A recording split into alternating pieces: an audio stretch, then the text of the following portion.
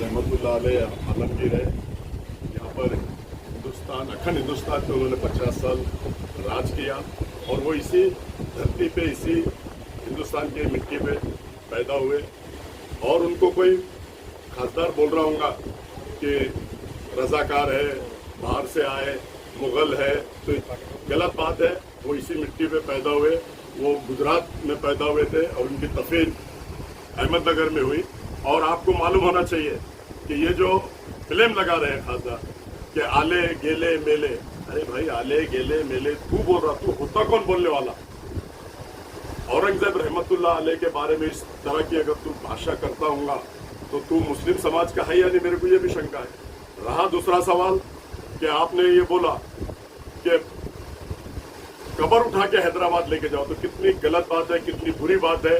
तू अब पागल हो चुका, मेरा स्पष्ट बोलना है कि तू कुछ भी हरकतें कर रहा है। तू बोल रहा है कि आदर्श घोटाले का आवाज मैं उठा रहा हूँ, उठा, अच्छी बात है, लोगों के सुख दुख में आना चाहिए, चाहे कोई भी समाज का हो।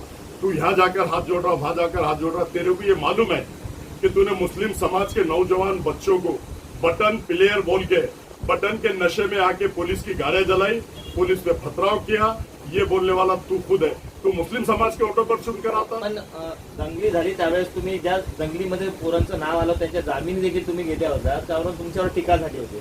मैं दंगे की चोट पे मैं कौम और मिल्लत के काम करता हूँ, दलित समाज के काम करता हूँ, भटके समाज के काम करता हूँ और दंगे की चोट पे करता हूँ। और मेरा रिकॉर्ड है, कोर्ट के अंदर खड़े रह के 84 बेल हमने लिया, हमारी खानदान ने ली। हमारे बेगुनाह बच्चे हैं, बेगुनाह बच्चों को जुल्म, अन्याय, अत्याचार करने वाले पुलिस के और जो भी इतनी बड़ी कोई भी रहेगा, हम हमारे लोगों पे जहाँ जुल्म हो रहा वहाँ पूरी छाती तान के खड़े रहेंगे और पूरे बच्चों को छुड़ाने का काम मैंने किया। स्पष्ट बोलता हूँ, मैं किसी के बाप से डरता नहीं, मैं सिर्फ अल्लाह ताला से डरता हूँ। तुम्ही आता म्हटलंय की आमच्या खासदारांना जात बाहेर करा किंवा फतवा करा।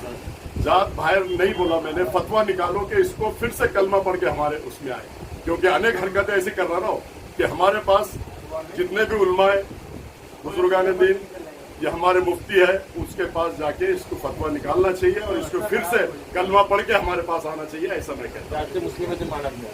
अरे इसी हरकतें करेगा, ऐसी हरकतें करेगा तो उसको फिर से कलमा पढ़ के आना पड़ेगा। ओबीसी साहेब त्यांच्या या गोष्टीचं समर्थन करतात का? हाँ, ओबीसी साहेब त्यांच्या या गोष्टीचं समर्थन करतात? अरे अवेसी और वो एक ही सिक्के के दो पहलू। आपने शोले का सिक्का देखेगा, उठाया तेल गिरता, फिर जय मरने के बाद में धर्म वीरू के हाथ में आता और वो देखता था अरे दोनों साइड ही है। तो ये दोनों वो सिक्के के पहलू है।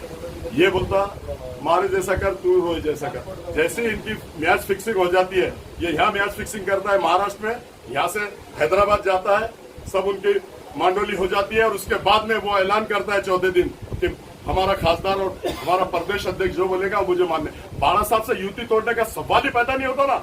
12 साल से युति क्यों तोड़ी गई? तुम खासदार बन गए, खासदार बनने के बाद में बोले कि हम बड़े भाई को सीएम बनाएंगे, महाराष्ट्र का सीएम बना के रहेंगे, दम नहीं लेंगे। अरे तुम इतनी झूठी बातें कितने करते हो? जैसे तुमको 50 खोके आ गए टेबल के ऊपर तो तुमको बड़ा भाई नहीं दिख रहा, छोटा भाई नहीं दिख रहा, मुस्लिम समाज नहीं दिख रहा, दलित समाज नहीं दिख रहा। तुम्हारा ईमान धर्म सिर्फ गांधी जी है, तुम गांधी जी के पुजारी है, तुम कोई समाज के पुजारी नहीं है। जिन्होंने तुमको चुन कर दिया तुम उनके नहीं हुए तो औरों के क्या होंगे, मैं ऐसा कहता हूँ।